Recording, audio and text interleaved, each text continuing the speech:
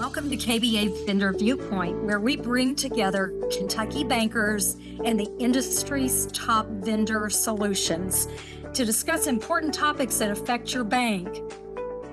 This is Selena Parrish, KBA Director of Membership Products and Services. Today, we are featuring KBA-endorsed SEAY Management Consultants.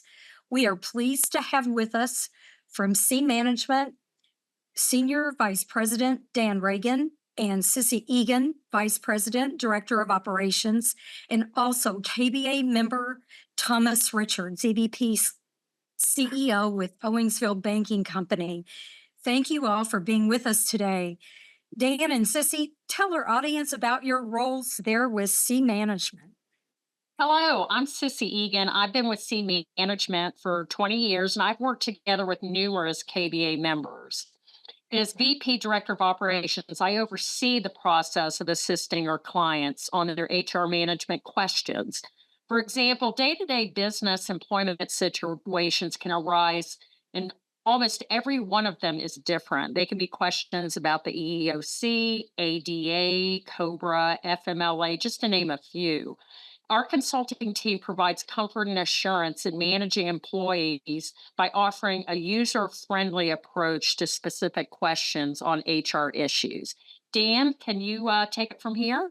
Okay, I'd be happy to, Sissy. I might point out that every day is different. You just never know what you're gonna get when you wake up in the morning. And we've had such a wide variety of questions that come up with KBA. And not just KBA, all our other clients. But I think what we bring to the party is experience. I got to counting up, and I understand. I think we've got over 150 years of cumulative experience. And, That's excellent.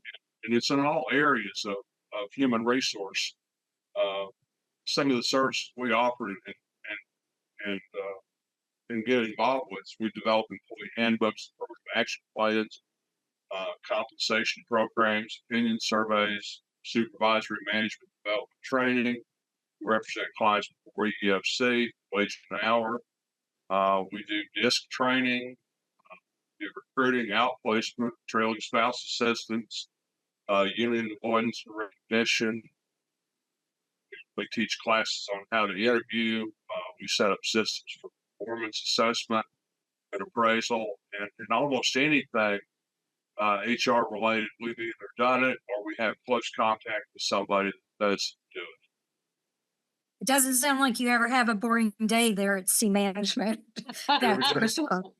Never. And Every day's a Thomas, holiday. yeah, exactly. Thomas, there at Owingsville Banking Company, how long have you all been using the company, and what kind of services have you been using from SEAY Management? Yes, ma'am.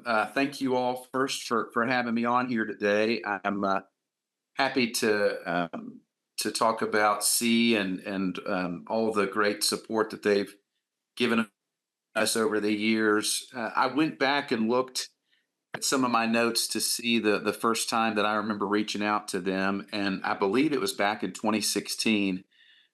Just a little quick background on myself. I've been with the Owingsville Banking Company since 2010 and became the CEO in 2016.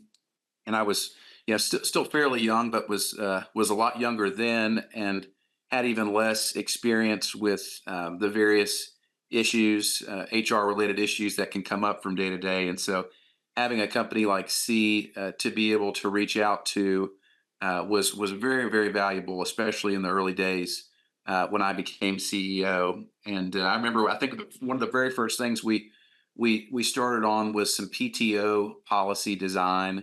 We had kind of an antiquated vacation policy that had been, the case for probably 30, 40 years before I got there. And I had wanted to introduce, the concept of PTO and having a little bit more flexible work schedule rather than having a more rigid vacation and sick day policy. And I remember SEAY back in the day helping us kind of craft that. And that I just remember that being one of the very first projects that we did with them. And then, of course, COVID, when COVID hit, they were all things COVID. I remember, of course, you and the KBA both, but I remember SEAY being a big help with all those issues. And then had another period of a time when I really relied on them. We had, small bank, small community bank in Bath County, Kentucky, and don't have the staff to have a fully functioning HR department. We had one employee who wore a few different hats, and one of those hats was HR. And bless her heart, she did a wonderful job and worked for us for 40 some years. But she ended up retiring probably partway through COVID, and I remember that period being another time where we relied on SEAY quite a bit. But anyway, I can't say enough good things about them, and happy to get into some more details as far as what they've done for us. Here in a little bit. Thank you, Thomas. And with KBA's relationship with SEAY Management, we're providing our member banks with an HR hotline for complimentary access to their expertise to get to Dan's knowledge and Sissy's expertise to help with HR compliance questions. And so, Dan and Sissy, from all the work that you do with the banking industry, what would you say your top 2 or 3 things are that KBA members reach out to get assistance on? Well, this is Sissy. I will start by saying, specific to KBA members, we often receive questions about disciplinary issues, exempt, non exempt classification, PTO, and FMLA. Another evolving topic that yields frequent discussion are dress codes and personal appearance policies. In the banking industry, it used to be just, are we going to have a casual Friday? But now they're trying to address things such as tattoos and piercings as they're getting more commonplace in society today. Dan, what are your thoughts on that? Well, just making a dress code, it's an ever evolving thing. I mean, right now, one of the hot buttons is the Crown Act that in many states prohibits ethnic hairstyles. It can be what may be considered outlandish to one race, but it's normal and historical perhaps for another race. That's just one example. But what I find dealing with KBA and the other clients is you got the problem that may be disciplinary, it may be termination, it may be performance issue or whatever. And you've got an intersection of several different federal and state laws that really create a lot of confusion. You've got EEOC, you've got Americans with Disabilities Act, you got Family Medical Leave Act, you got your state laws, and so forth. And what we find is there's 1,000 ways. There's 1,000 ways to solve a problem right. There's 1,000 ways to do it wrong. And when I mentioned the experience that we have at SEAY Management, I think that's really one of our strengths is that we collaborate on staff when we have unusual situations to make sure that we have the best solution or that we have an alternative solution or a number of ideas to deal with the same issue. And again, we seek out the best answer as opposed to just an answer. And Thomas, as far as like you were mentioning, as a small community bank, you do wear so many different hats. And That's exactly right.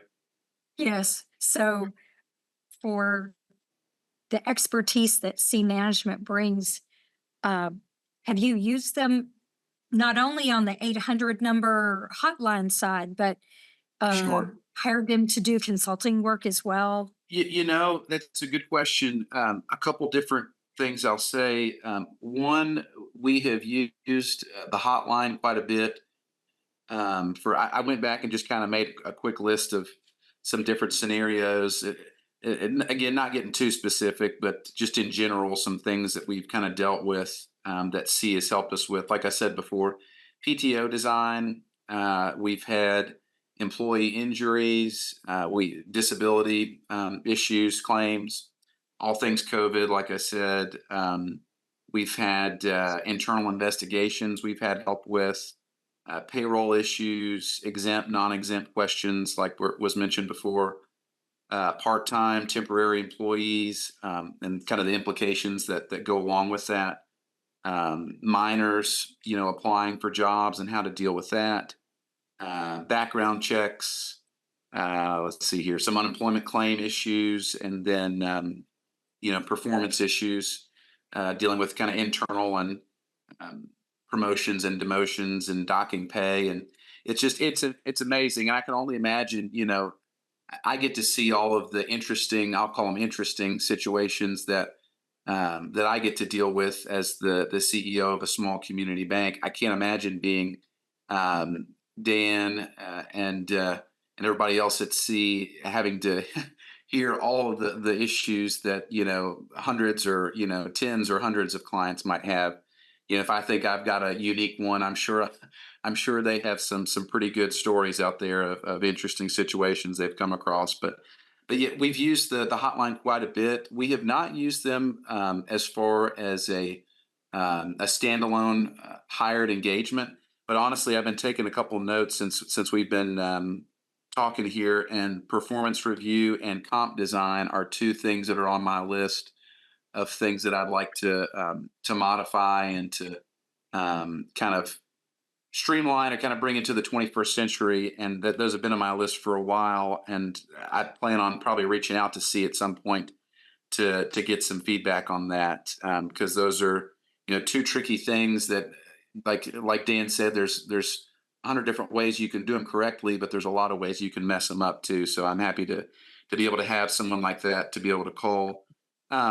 One other thing that I'd like to touch on as far as SEAY specifically, because I've used, I'm sure like a lot of bankers, I've used hotlines and phone a friends and talk with different experts, examiners, that kind of thing, in various scenarios, whether it be a compliance hotline or what have you.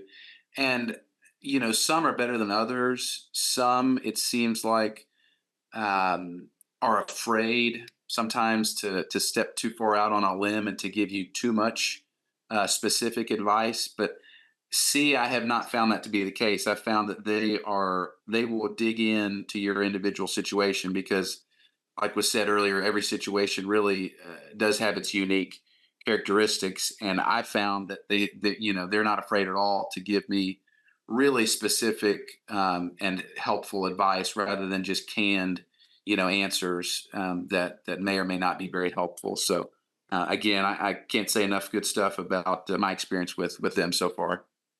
Thomas, I'd like to chime. This is Dan. I'd like to chime in on that. I'll start out by saying that we're not attorneys. We don't practice law, but Yes. we know when to involve an attorney in any given situation. But I found in general terms that an attorney is going to tell you what you can't do, whereas a good consultant is going to tell you what you can do, and sometimes push the envelope to where you've got a number of choices that are out there, and that gives you an opportunity to come up with the best choice.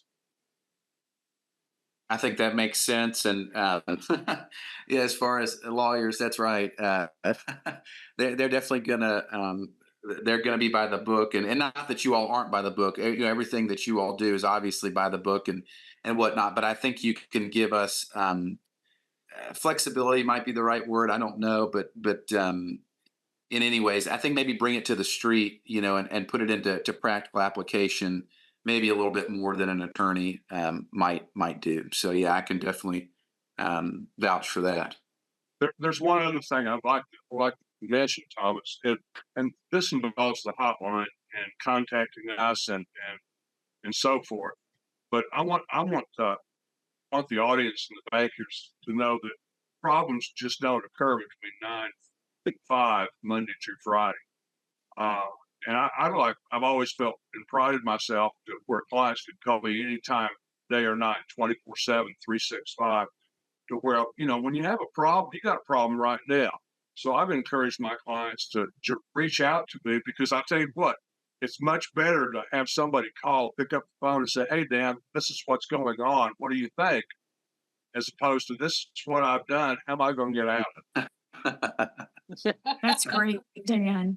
That is definitely top-notch customer service, Dan. Thank you. Because sometimes it is those heart attack moments that you're going, "Oh my gosh, I just gotta talk to somebody. Who can I call? I'm gonna call Dan." He's your And, phone a friend for sure. and, I can say Yeah. clients do not abuse that.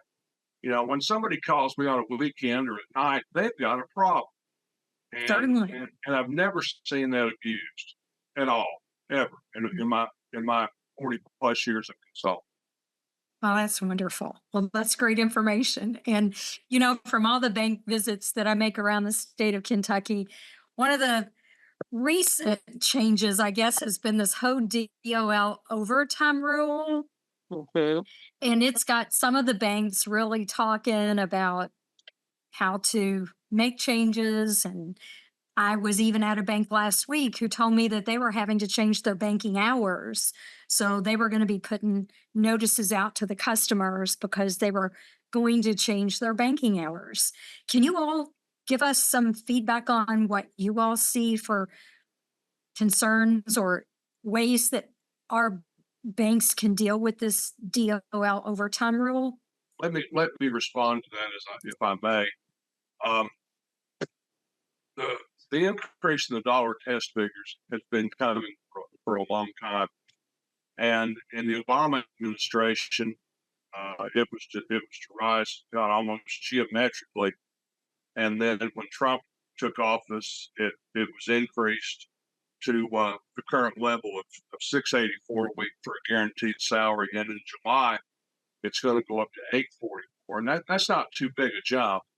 Um, but when you look at what's going to happen on July, or rather January 1st of 25, it's going to go up to $1,128 a week, and that's a huge jump. So Definitely. the question becomes, what are we going to do? Are we going to make these people who are exempt because of the salary test figures? Are we going to make them non-exempt? Are we going to have them record their hours? Are we going to increase their salary? What are we going to do? Are we going to reduce the hours that they work or they don't work any overtime?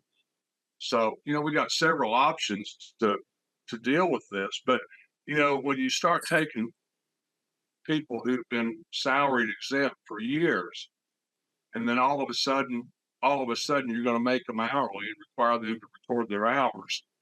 Uh, it's oftentimes seen as a demotion.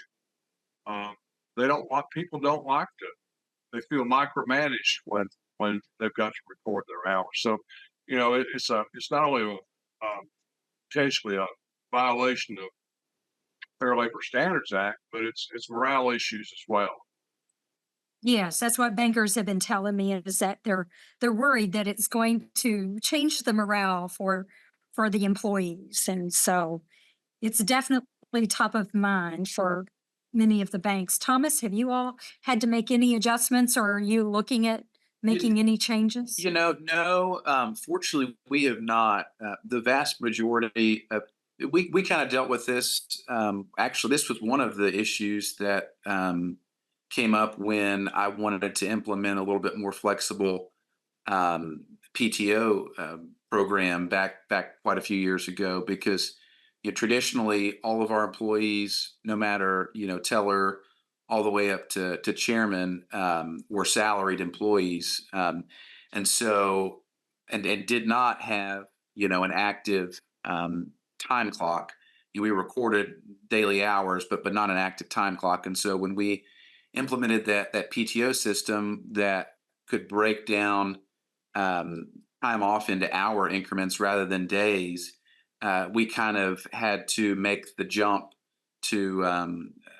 We still kept that's where it gets complicated. We still kept most of our employees as salaried, but they're salaried non-exempt.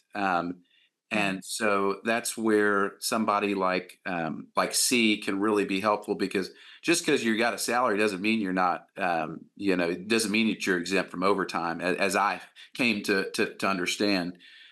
So thankfully, most of our employees are classified as salaried, non-exempt, and the few that are exempt, really this particular change, I don't see that having much of an impact, thankfully. But I can, sympathize with other people that might be in a different situation. Yes, and it does seem that every bank's got their own scenario of what they've already done inside. So it sounds like you're well prepared. So that's great. I think so. Knock on wood. Yeah, definitely. Dan and Sissy, aside from the 800 number hotline where our member banks can call you free of charge, what would be the top couple of consulting projects that you do? I know some of the banks have told me that you've helped them with employee handbooks or affirmative action. So, can you tell our audience what some of those consulting projects look like that you all can help with? Sure. Well, I'll start by saying I work with numerous KBA members on special projects such as affirmative action plan compliance. As financial institutions with 50 or more employees, they are covered as a depository of government funds or an issuing agent of savings bonds. So they are covered under the regulation as a federal contractor, and that does require to have a plan in place on an annual basis. So I do work with numerous members on those projects annually. I have also worked with several on employee handbooks and employee handbook updates. And Dan, how about you? Have you done some comp work for them? Well, we've done complete compensation programs, comp research, uh, in the whole area of wage and salary administration. But we also, some of the other areas, we do opinion surveys. We do supervisory and management training. We work with EDFC and wage hour representation when we have, charges or back wage. We do DISC training, DISC personality training. We get involved in recruiting, outplacement. And recruiting and retention is one of our major areas. And I could say this, that every company is looking for the same people, and I don't care what their job is. It can be a floor sweeper or a CEO. Companies look for someone who can get to work every day on time, drug and alcohol free, do their job without trouble, and most importantly, come back again and do it tomorrow. Yeah. And companies take care of those folks. They'll shepherd those people. So we work with recruiting and retention systems to get the best people, the most productive people, and keep those people. Yes, that definitely sounds like a lot of banks around Kentucky. It's like if you can get a good one, you want to keep them and take good care of them for sure as an employee. That's exactly Yes. right. And, Yeah. we certainly feel the same way at Owingsville Bank. I mean, as we all know, especially going through the pandemic, it seemed like finding workers, um, up and down the pay scale became harder to do. And so recruitment and retention have certainly been top of mind for us. And, all the different things that can go into that. And luckily, it seems like the turnover, at least for us, I don't know about, I'm sure it's different for everybody, but it seems like the turnover, at least for us in the last year or so, has slowed down, thankfully. And That's hopefully good. we're hitting some smoother sailing for a little bit as far as that goes.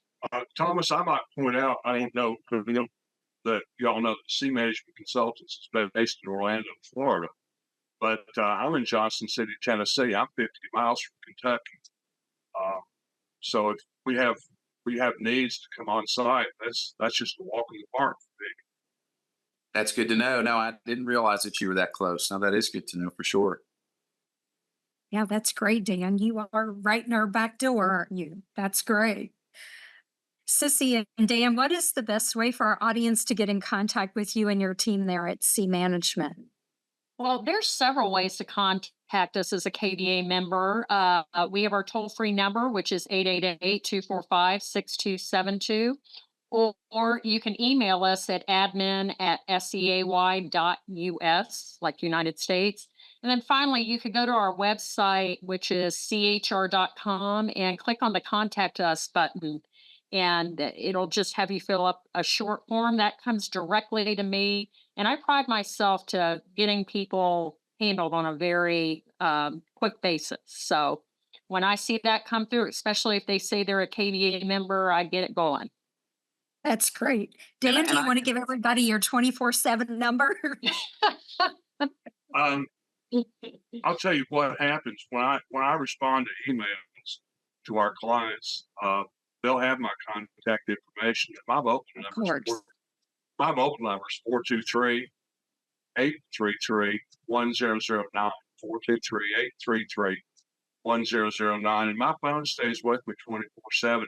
And I mean, I'm not necessarily encouraging clients to call me in the middle of the night, but I'll tell you what, if you got a problem, I'll do whatever I can to help. Thank you. That is wonderful service. That's great.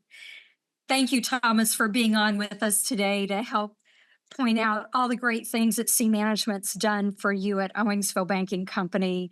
yes, And ma'am. I just lots of great appreciate information. appreciate being having the invitation, and I can just one last quick thing. I can testify to the fact that that they are very good about answering. I personally communicate mostly with email in the beginnings, and I can tell you that Sissy is very, very good about responding and getting me, to the person that's best. And then just the last kind of parting thought that I had, as far as what C has helped us or brought to the table for us. It's really it's just the perfect supplement in our situation where, again, we don't have an HR department. It's basically me. I'm the kind of the final decider as far as HR goes, and to have them there an email away it brings me comfort and gives me the confidence to be able to deal with whatever situations might come up during the day. So anyway, thank you all very much, and Here. appreciate it. That is great to know. And audience, if you do want additional information about Sea Management, you can go to KBA's website at kybanks.com, where we have a full listing of all the services that Sea Management provides.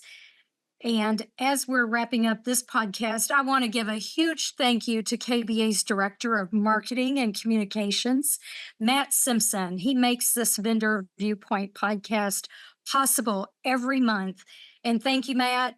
That's all for this episode of Vendor Viewpoint. Until next time, this podcast is a wrap. Have a great day, everyone.